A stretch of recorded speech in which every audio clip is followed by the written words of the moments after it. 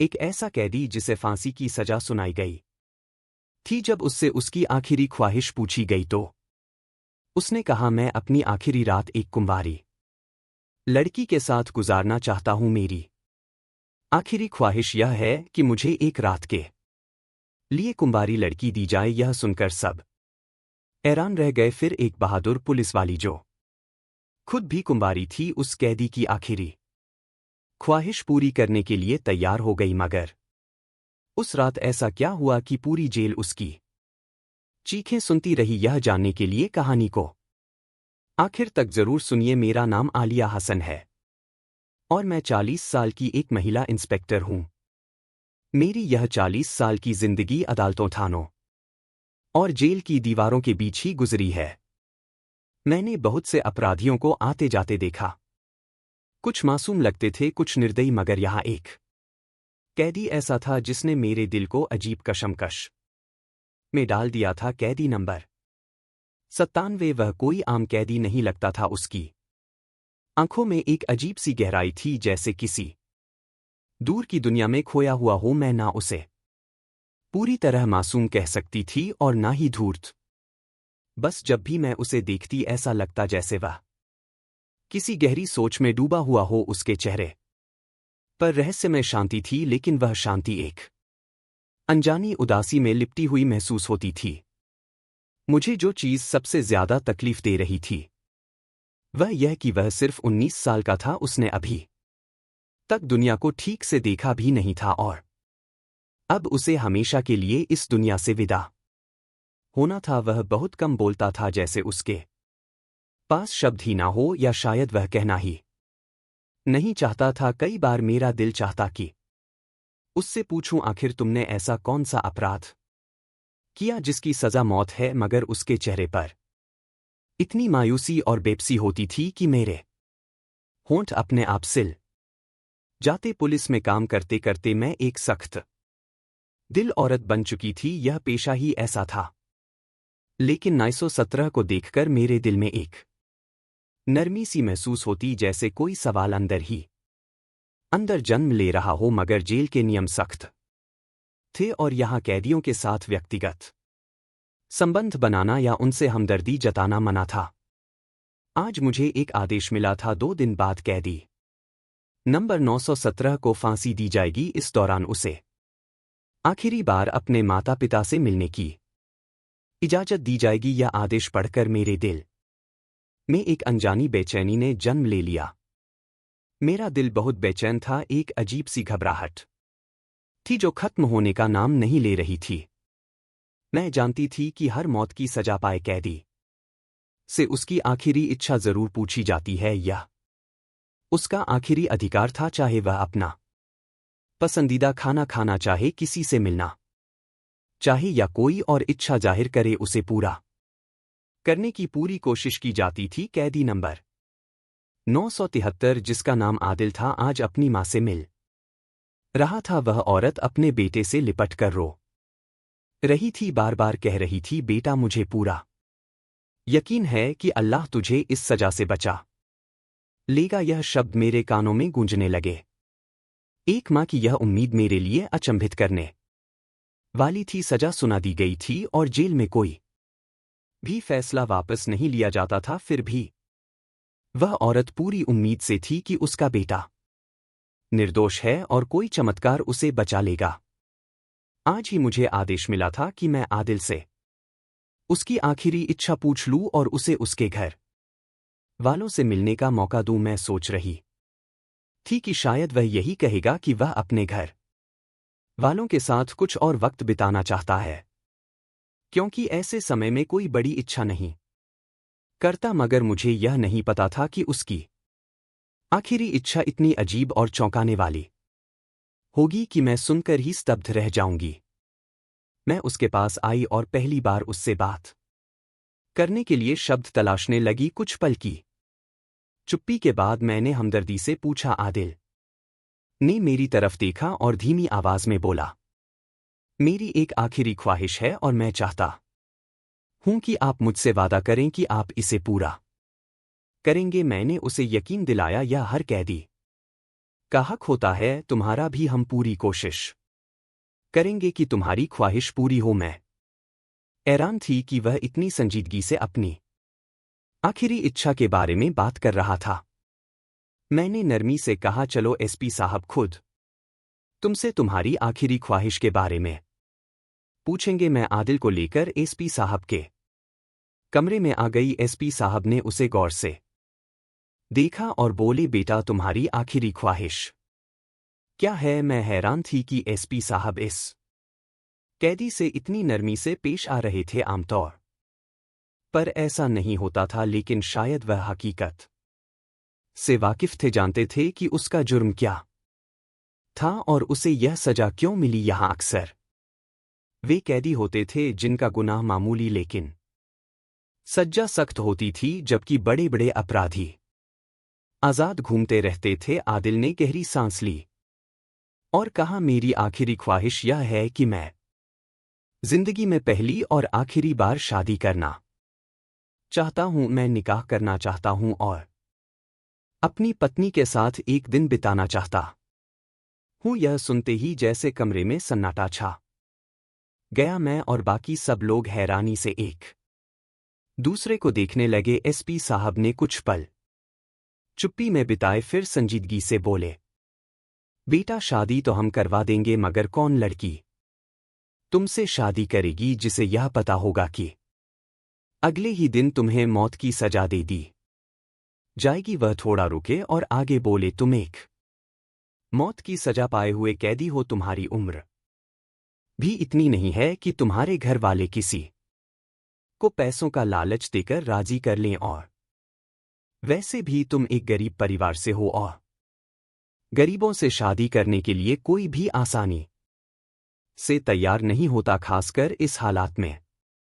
क्यों अपनी जिंदगी का आखिरी मौका बर्बाद कर रहे हो? एसपी साहब ने गंभीरता से कहा, कोई और ख्वाहिश बताओ, खाने पीने की कोई चीज या किसी खास शख्स से मुलाकात? हम तुम्हारे लिए सब करने को तैयार हैं, मगर शादी या मुमकिन नहीं। तुम एक मौत की सजा पाए हुए कैदी हो, तुमसे शादी करने पर कोई भी राजी नहीं होगा। हम तुम्हारी शादी कैसे करवाएं?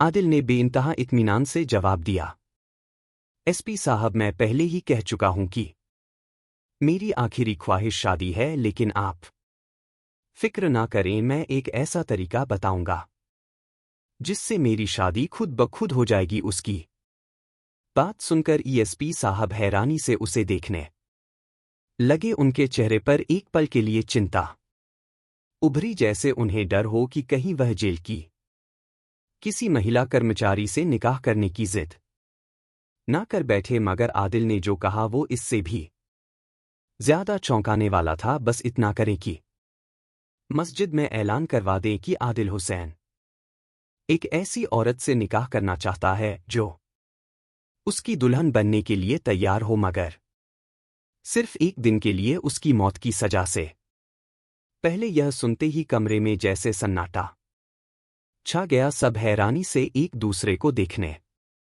लगे। बात इतनी अजीब थी कि सुनकर यकीन करना मुश्किल हो रहा था। आदिल ने हमसे वादा लिया कि अगर कोई औरत इस शर्त पर निकाह के लिए तैयार हो जाती है तो हम उसे रोकेंगे नहीं और वह पूरी रात उसके साथ गुजार सकेगी। उसकी इस चालाकी ने हमें भी सोचने पर मजबूर कर दिया। एसपी साहब ने कुछ पल सोचा और फिर कंधे उचकाते हुए बोले, हमें पूरा यकीन है कि कोई भी औरत इस शर्त पर तुमसे शादी नहीं करेगी। भला कोई क्यों अपनी जिंदगी बर्बाद करेगा सिर्फ एक दिन के लिए दुल्हन बनने का? क्या फायदा? कोई क्यों अपने परिवार के साथ झगड़ा मोल लेगा? मगर आदिल पर हमारी किसी बात का असर नहीं हुआ। वह बड़े इत्मीनान से बोला, बस आप लोग ऐलान करवा दें, यही मेरी आखिरी ख्वाहिश है। अगर कोई ना आया तो मैं कोई और ख्वाहिश नहीं करूंगा, फिर मुझे भले ही मौत की सजा दे दी जाए। आदिल की इस जिद के आगे हमें हार माननी पड़ी। हमने मस्जिद में ऐलान करवा दिया कि आदिल हुसैन, जिसे 2 दिन बाद मौत की सजा मिलने वाली है, अपनी आखिरी ख्वाहिश के तौर पर एक दिन के लिए किसी लड़की से निकाह करना चाहता है, अगर कोई औरत इस निकाह के लिए तैयार हो तो वह आगे बढ़ सकती है। आदिल एक गरीब परिवार से ताल्लुक रखता था और हमें पूरा यकीन था कि कोई भी लड़की इस शर्त पर उससे शादी नहीं करेगी, मगर फिर भी हमने उसकी आखिरी ख्वाहिश के मुताबिक ऐलान करवा दिया। यह हमें बस एक मजाक लग रहा था, एक नामुमकिन सी बात, मगर ठीक 1 घंटे बाद एक सिपाही दौड़ता हुआ आया और सूचना दी जेल के दरवाजे पर एक औरत मौजूद है जो दुल्हन के लिबास में है और उसके साथ एक मौलवी साहब भी हैं। यह सुनकर मैं और एसपी साहब हैरानी में बाहर निकले।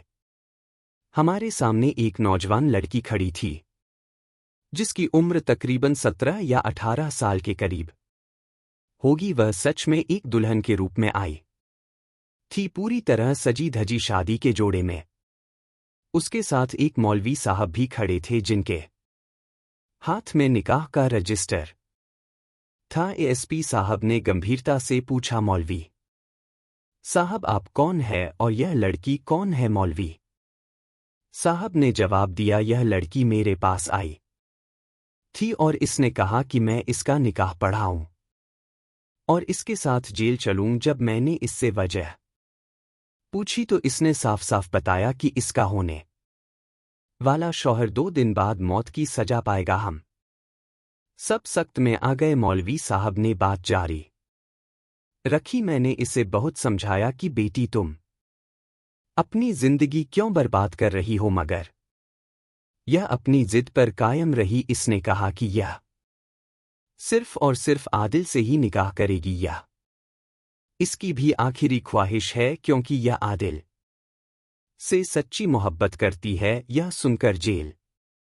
में एक अजीब सी खामोशी छा गई। हमें यकीन नहीं हो रहा था कि आदिल को वाकई कोई इतना चाहता था कि उसके लिए सब कुछ छोड़ने को तैयार हो जाए। यह बात जितनी भी अजीब लग रही थी, मगर हमें इस पर इतराज करने का कोई हक नहीं था। हमारा काम सिर्फ कैदी की आखिरी ख्वाहिश पूरी करना था। मौलवी साहब ने आदिल और उस लड़की का निकाह पढ़ा दिया। निकाह पूरा होते ही आदिल हल्की मुस्कान के साथ बोला, वादे के मुताबिक अब आप मेरी दुल्हन को मेरे पास भेजेंगे। मैं उससे बातें करना चाहता हूं, अपनी पुरानी यादें ताजा करना चाहता हूं। बस एक दिन फिर यह चली जाएगी और उसके बाद मुझे चाहे फांसी दे दे, कोई गम नहीं होगा। मेरी मोहब्बत मुझे मिल गई, यही मेरे लिए काफी है। आदिल की बातें सुनकर मेरी आंखों में भी हल्की नमी आ गई। सच्ची मोहब्बत शायद ऐसी ही होती है, निडर निस्वार्थ। मैंने अपने दिल में सोचा, लेकिन मुझे यह अंदाजा नहीं था कि इस निकाह के पीछे एक ऐसी कहानी छिपी थी जो हमारे होश उड़ा देने वाली थी। एसपी साहब ने मुस्कुराते हुए मेरी तरफ इशारा किया और कहा, लड़की को आदिल के सेल में ले जाओ और दरवाजा बंद कर दो। मैंने आदेश का पालन किया और दोनों को सेल में बंद करके बाहर आ गई। मुझे लगा कि कुछ ही देर में वह लड़की खुद ही तंग आकर बाहर निकलना चाहेगी, लेकिन जैसे जैसे वक्त बीतता गया मुझे हल्की हल्की फुसफुसाहट सुनाई देने लगी। ऐसा महसूस हो रहा था जैसे कोई किसी चीज को खोलने की कोशिश कर रहा हो। मुझे शक हुआ कि शायद सेल का दरवाजा तोड़ने की कोशिश की जा रही है, लेकिन मैं निश्चिंत थी। दरवाजे पर एक भारी और मजबूत ताला लगा हुआ था जिसे तोड़ना आसान नहीं था। मैं वापस अपने दफ्तर में चली गई और सोचों में डूब गई, लेकिन अचानक जेल के अंदर से एक दिल दहला देने वाली चीख गूंजी। मैं तुरंत अपनी जगह से उठी और दौड़ती हुई आदिल के सेल की तरफ पहुंची। क्या हुआ? मैंने अंदर झांकते ही पूछा। वह लड़की जो दुल्हन के लिबास में थी अपना घूंघट नीचे किए खड़ी थी। उसकी सांसें बेकाबू हो रही थी और उसका पूरा जिस्म कांप रहा था। जैसे ही मैंने उसे गौर से देखा वह कांपते हुए हल्की आवाज में बोली, मुझे यहां से निकालो, मैं यहां नहीं रहना चाहती। मैंने हैरानी से कहा, अब क्या हुआ? अभी तो तुमने अपनी मर्जी से निकाह किया था। मोहब्बत का जुनून उतर गया, अब अपने भविष्य की फिक्र होने लगी, लेकिन उसने कुछ नहीं कहा, बस अपने कपड़ों को मुट्ठियों में भी खड़ी रही, जैसे किसी खौफनाक चीज ने उसे झकझोर कर रख दिया हो। मैंने दरवाजा खोला और वह लड़की बिजली की तरह बाहर निकली और बिना कुछ कहे वहां से निकल गई। मैंने सेल का दरवाजा ताला लगाकर अपनी जिम्मेदारी पूरी की और वापस ऑफिस में जाकर सो गई। मुझे जरा भी अंदाजा नहीं था कि जब सुबह मेरी आंख खुलेगी तो एक जबरदस्त तूफान खड़ा हो चुका होगा। सुबह होते ही एसपी साहब गुस्से में मेरे ऑफिस में दाखिल हुए और तेज आवाज में बोले, कैदी नंबर 97 कहाँ है? मैंने चौंक कर कहा, वो अपने सेल में होगा सर। लेकिन एसपी साहब का चेहरा सख्त हो चुका था। जाकर अच्छे से देखो, वो गरजे और मेरा दिल जोरों से धड़कने लगा। मैं तेजी से आदिल के सेल की तरफ दौड़ी। जैसे ही मैं वहां पहुंची, मैंने हमेशा की तरह आवाज लगाई, आदिल दरवाजे के पास आओ।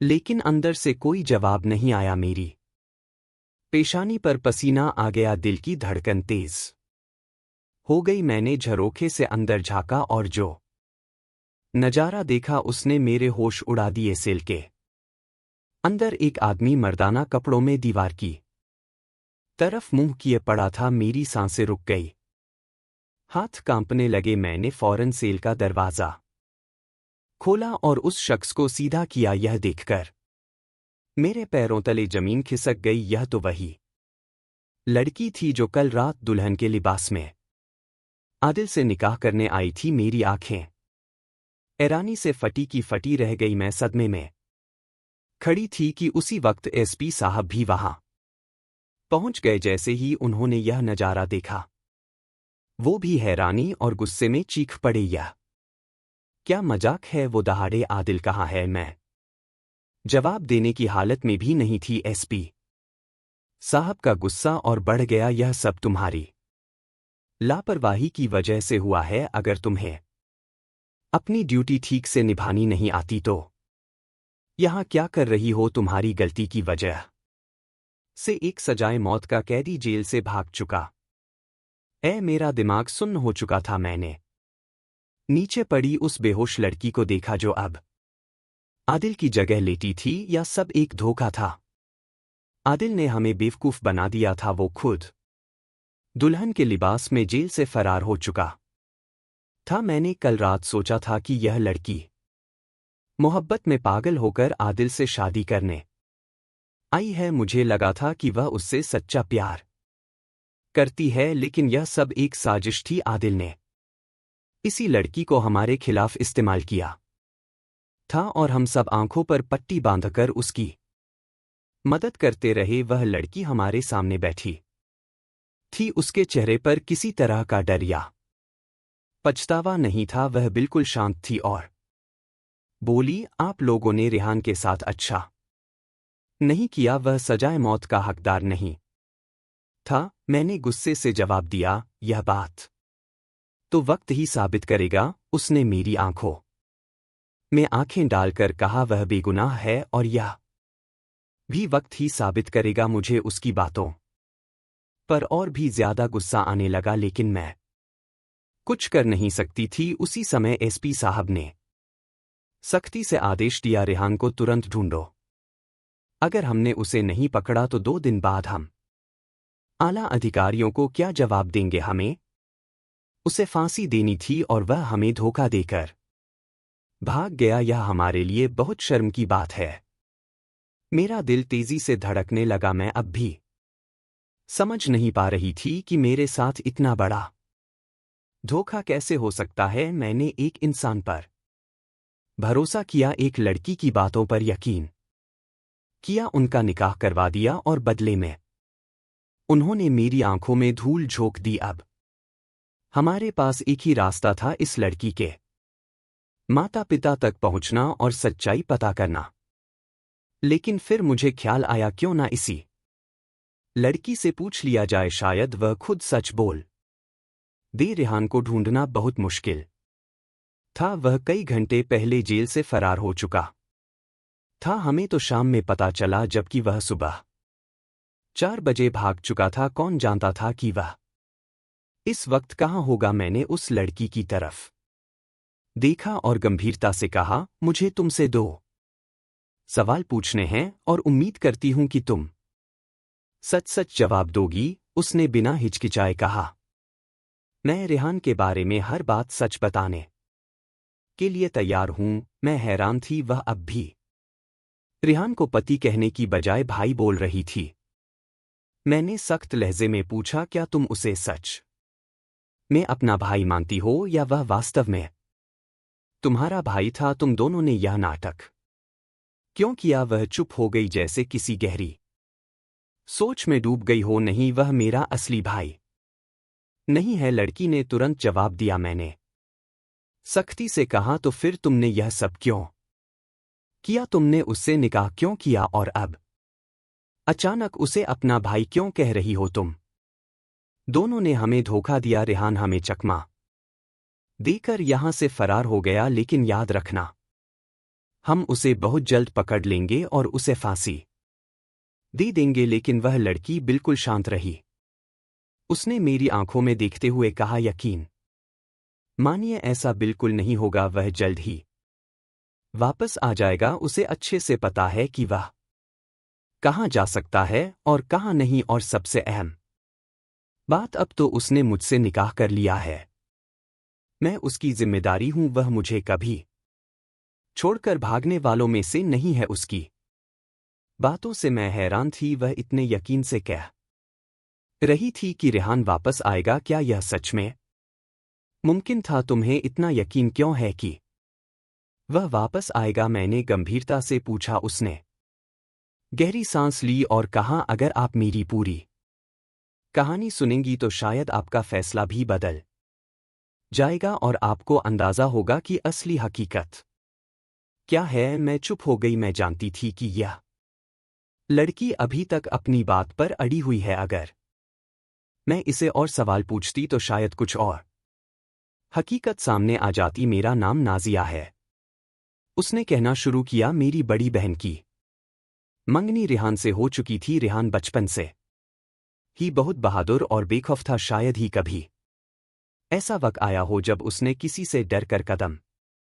पीछे हटाए हो। वह मेरे अब्बू के चाचा का बेटा था, यानी मेरा फूफी चाहता। अब्बू उसे बहुत पसंद करते थे और उस पर बहुत भरोसा भी था। जब उन्होंने मेरी बड़ी बहन की मंगनी रेहान से कर दी तो उसका हमारे घर आना जाना शुरू हो गया। मैं खामोशी से उसकी बातें सुन रही थी। हमारे गांव का माहौल बहुत अजीब था। एक रात रेहान भाई हमारी खालाजाद बहन से मिलने के लिए हमारे घर आए। उस दिन अब्बू घर पर नहीं थे और रेहान भाई पहले भी कई बार आ चुके थे, क्योंकि अब वह हमारे घर का एक हिस्सा बन चुके थे। उस वक्त घर में सिर्फ हम दोनों बहनें थीं और कोई नहीं था। मैं रसोई में चाय बना रही थी और वे दोनों आपस में बातें कर रहे थे। सब कुछ सामान्य लग रहा था, मगर अचानक दरवाजे पर जोर जोर से दस्तक होने लगी। मैं घबरा गई, कहीं अब्बू तो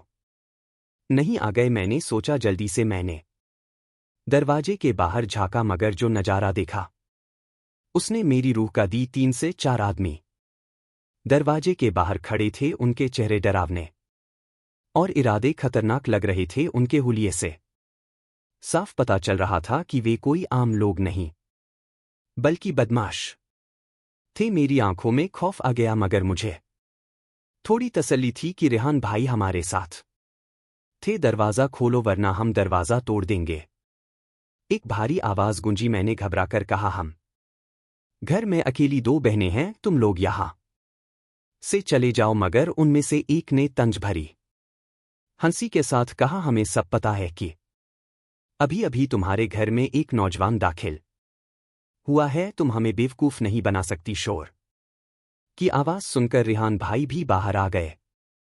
उन्होंने दरवाज़ा खोला और मुझे इशारा किया कि मैं अंदर चली जाऊं। मैं जल्दी से अपने कमरे में छिप गई, मगर बाहर जो कुछ हो रहा था वह साफ सुनाई दे रहा था। रेहान भाई उन बदमाशों के सामने खड़े हो गए। उनमें से एक ने बहुत नीच बात कही जिससे रेहान भाई का खून खौल उठा, मगर उन्होंने अपने गुस्से पर काबू रखा। वह समझदारी से काम ले रहे थे क्योंकि सामने 4 से 5 लोग थे और वह अकेले थे। अगर वह लड़ाई में पड़ जाते और कुछ हो जाता तो हम घर में अकेली रह जाती। इसलिए उन्होंने नरमी से उन बदमाशों को समझा बुझाकर भेज दिया, मगर यह रोज का तमाशा बन गया था। हमारे घर के बाहर 3-4 बदमाश खड़े रहते। जैसे ही अब्बू घर से बाहर जाते यह लोग हमें तंग करना शुरू कर देते। फिर एक रात ऐसा हादसा हुआ जिसने हमारी जिंदगी हमेशा के लिए बदल दी। मेरी बड़ी बहन अपने कमरे में सो रही थी। रात के अंधेरे में अचानक तोड़फोड़ की आवाजें सुनाई देने लगी।